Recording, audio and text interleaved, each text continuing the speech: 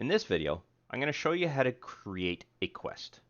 We've got a good basis in our story. We have some of our NPCs that are in place to be able to divvy out that quest, if you will. But now it's actually time to define what would act as the completion of that particular quest.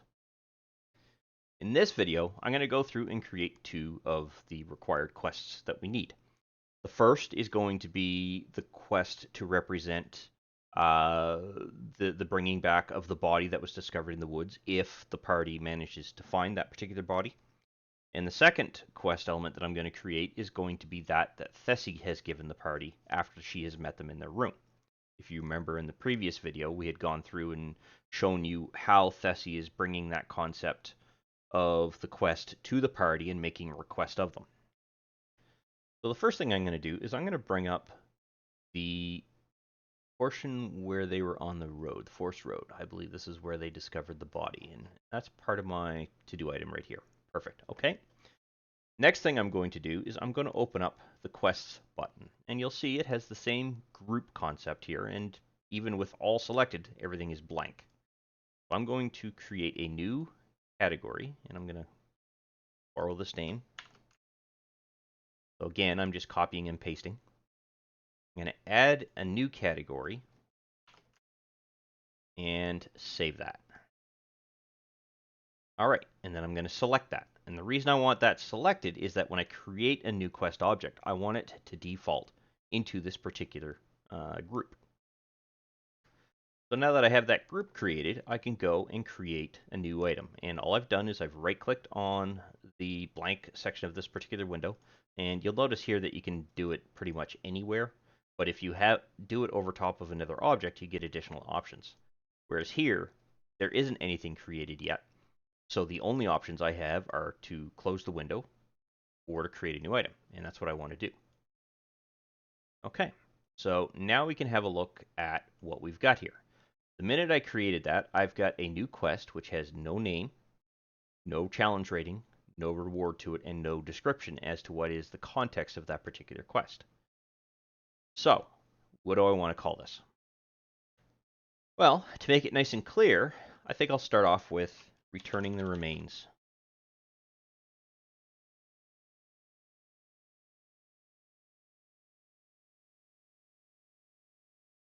It'll be a challenge rating of 0 because there really isn't going to be any level of difficulty to this, but the experience point reward, I would say that would be worth a good 100 experience points. Maybe a little bit more, because if you think about it, if you're trying to set up your campaign for a party of 4, let's say that's your maximum party size that you want to be able to put through this particular campaign, you want to give each player a bit of a reward for being able to return this particular body. And right now, if I say 100 experience points, that means each party member is only getting 25 experience points. Yeah, 25 experience points. My math for a second there, I thought it was totally off. But at the same time, I want to balance this out with how quickly do I want these players to level if they're going through and using experience points as the rewards and how they actually level. So if you recall, as a DM, there are two ways that you can allow a party to level up. Through experience points that are rewarded as you complete quests and encounters, or other story elements that are deemed as quest items, or through a milestone leveling system. And the way I see it in this particular campaign, because it's not going to be an overly long module, despite all of the detail that I've thrown into it, when they get to the inn, I would still say that they're level 1. When they get partway through chapter 2, I would say that would be a good portion to indicate that the party should be now level 2. So I want to be able to set up the experience points that they're going to earn throughout that process to get them to level 2. By the time they hit chapter 3, where they're in the process of potentially dealing with the creature or creatures that are creating this particular issue, they're probably going to need to be level 3. And the reason why they're going to need to be level 3 is because of the level of difficulty of that particular creature. But if you have a full party of 4, they could easily handle the creature even at level 2. At least the one that I have in mind. I've gone through and I've play tested that part. It's a difficult fight, but they can do it. So this is all stuff that you want to keep in mind when you're actually going through and figuring out how many experience points you're going to reward out, or letting the DM know it's at this point that you should really consider the party to be level 2 or allow a milestone leveling up to level 2. I haven't gotten to the point where I'm going to define that position yet in the module, and the reason for that is that I really need to sit down and get a chance to polish off the rest of the storyline up to the end of chapter 2 to determine, okay, I think it's around here is where I think milestone leveling makes sense. They're now starting to get into more of a difficult situation.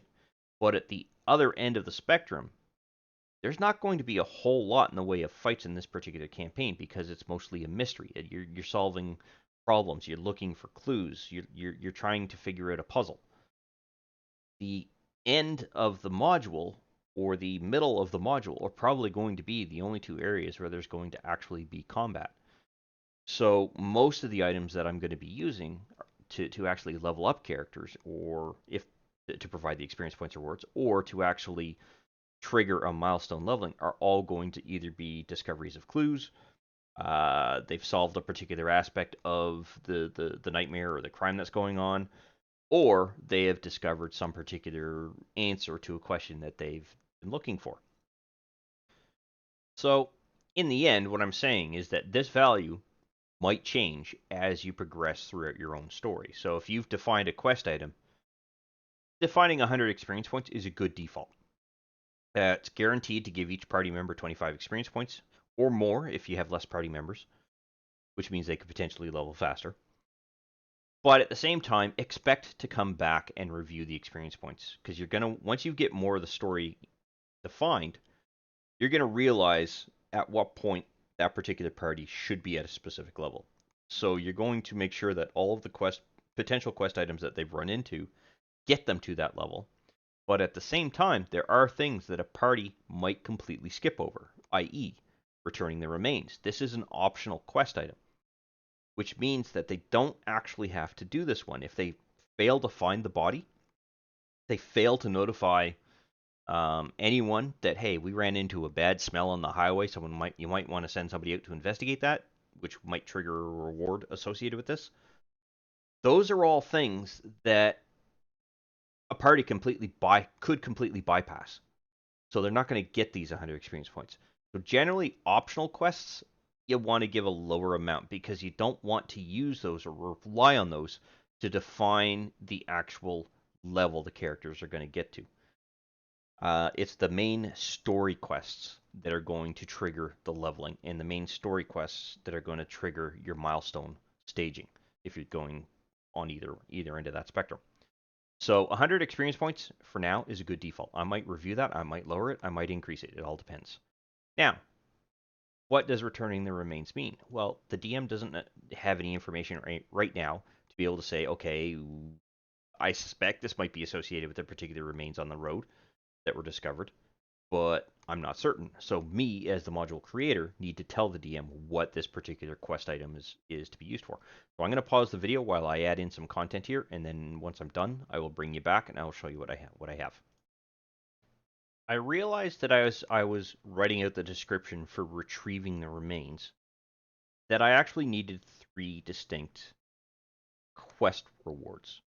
And the reason for that is partially because of my OCD, but partially because there's technically 3 distinct tasks that are coming into play. The first task is the discovery of the actual remains. So when the party is traveling, they get that smell of decay. If they choose to investigate the smell of decay, then they can get rewarded for that. The second particular task is associated with examining the remains and trying to learn if they are able to determine what actually triggered the decimation of this particular body. And that's these 3 particular bullet points that we have here. And finally, the last item associated with this particular quest item or object is the body is the actual object, is the retrieval of the remains. If they were able to collect the remains and return them to town, specifically to the stable master when he sees it in in the wagon, or if they informed anyone in the town and the remains were recovered. So the party can still be rewarded for it, even if they didn't necessarily discover the body right away.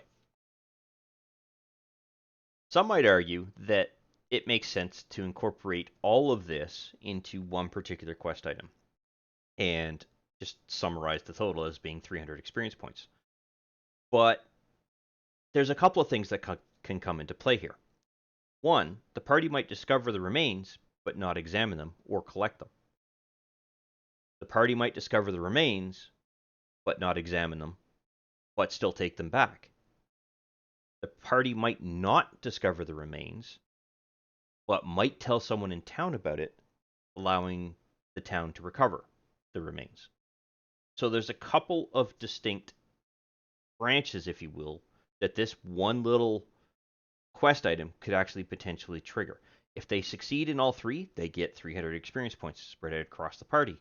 If they only complete one or the other, or maybe a handful, like two of them, then there's a reduced amount of experience points that are rewarded here. That's why it makes sense to break these out into three distinct sub rewards, if you will. But I now need to tell the DM, okay, here's when you should reward the party these particular aspects of this particular quest. The first one is the discovery of the body. So that is going to happen here. So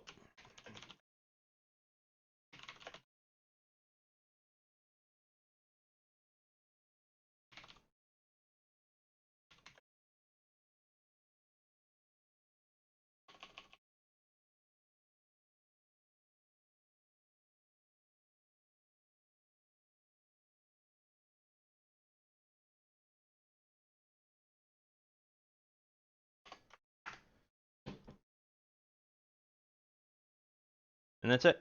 That's as complicated as it is. So that takes care of the first one. Now, what about this one? Well, that needs to be dealt with after they've examined the body and we're able to successfully determine all or some of these. I'm not going to force the party to have the whole thing discovered, as this really is dependent on what the DM feels the player's role warrants as information back from that role.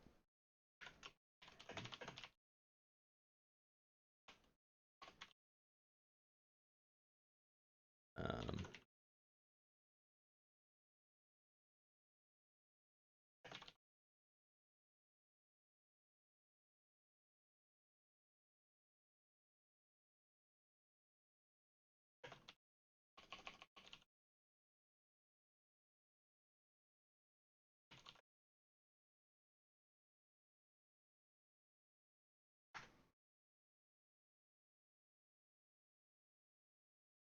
okay.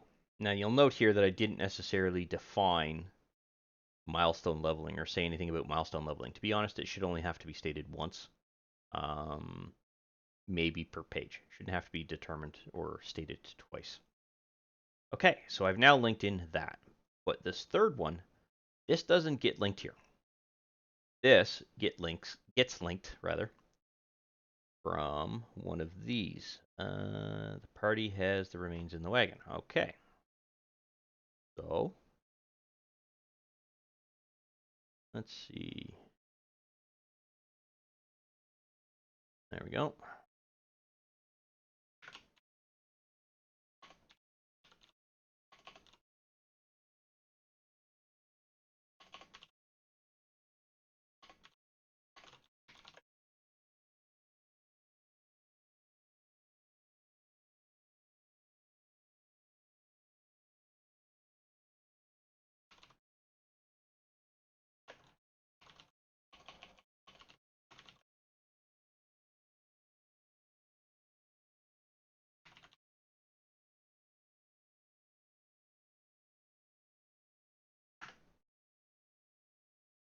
Okay. That takes care of that one.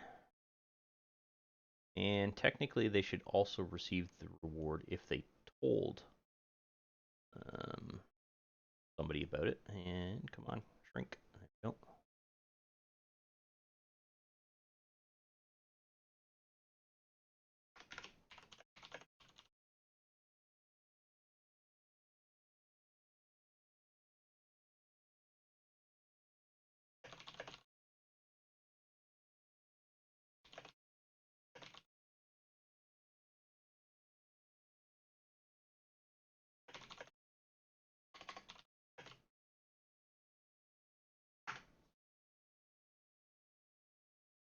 Okay, so that takes care of that. I believe there was an option here. Yes, all right.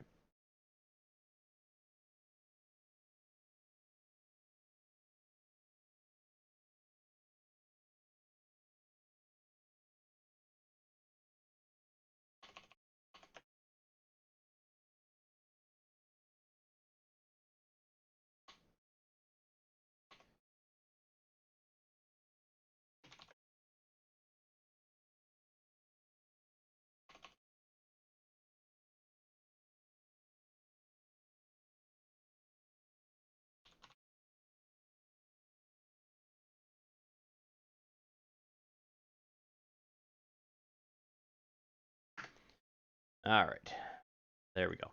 Now, this one's a little bit trickier because there's still a point of failure that can come into play here. If the party does tell the stable master about the actual smell that they had detected alongside the road, but the stable master rolls so low he doesn't give two hoots, the party is not going to receive the experience points because the body was never discovered. But if the stable master rolls high enough that he does send out an actual hunting party to investigate or a search party to investigate, then the party should actually get the reward. So there's a couple of areas there where that could actually trigger a reward given to the party or a complete failure of it.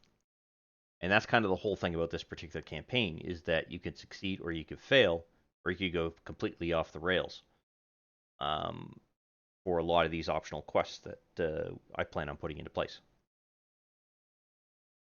So the last one that I want to work on today is the quest that we're going to be giving from Thessie here. Right, so we have to create a quest card from here. So let's open up the quest things, create a new card. Come on, there we go. Sometimes it can be very tricky moving a window around. All right, solved.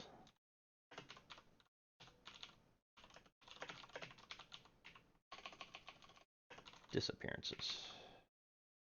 Disappearances. I'm gonna spell check that one.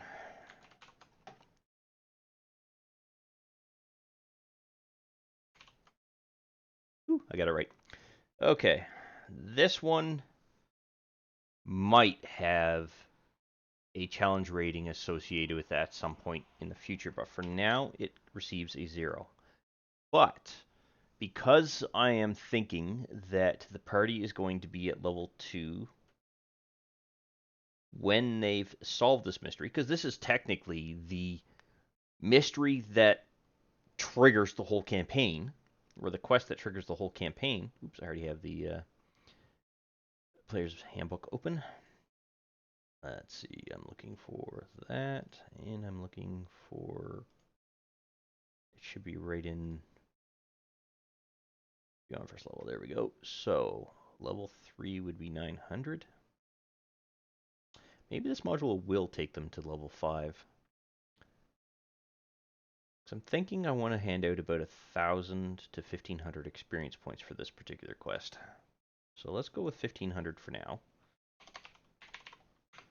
Now, what is the purpose or the solve to this quest?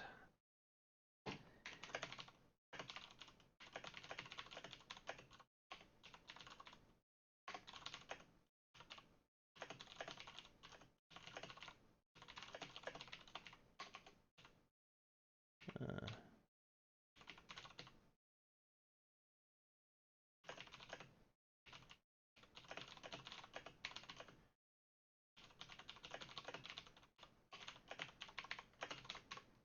there. And that's as complicated as it is. And I'm just simply locking that to indicate that I am satisfied currently. Oops, I am not satisfied because my OCD is triggering on capitalization of the main words there. Okay, and I might fix up some of the grammar or the wording there later. But I do not have a location to drop this yet.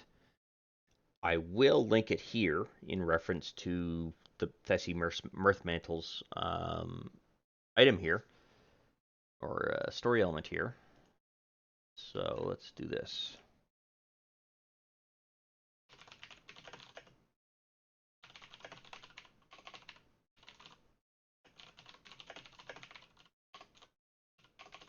No, don't like that.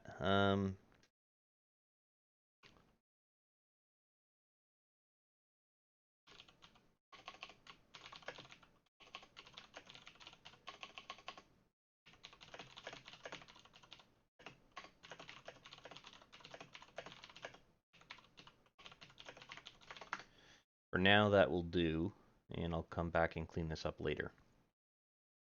But this quest, it's really going to be linked in near the end of the module. And that's primarily because that's when the quest is going to get solved. That's when the quest is going to be completed, kind of thing. There's going to be a lot of little quests in the middle, but this is the overlying story quest that represents the actual campaign that we're going through. So at this point, we have 4 of our quest elements ready to go, ready to make use of, get them linked into things which we've already done.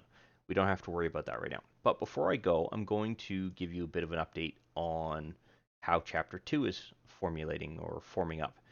The first bit, in both cases, a lot of the information here that I've put in is taking some of the items from the village history, the tavern issues, some of the middle information that we've got here, and expanding on them to flesh them out a little bit.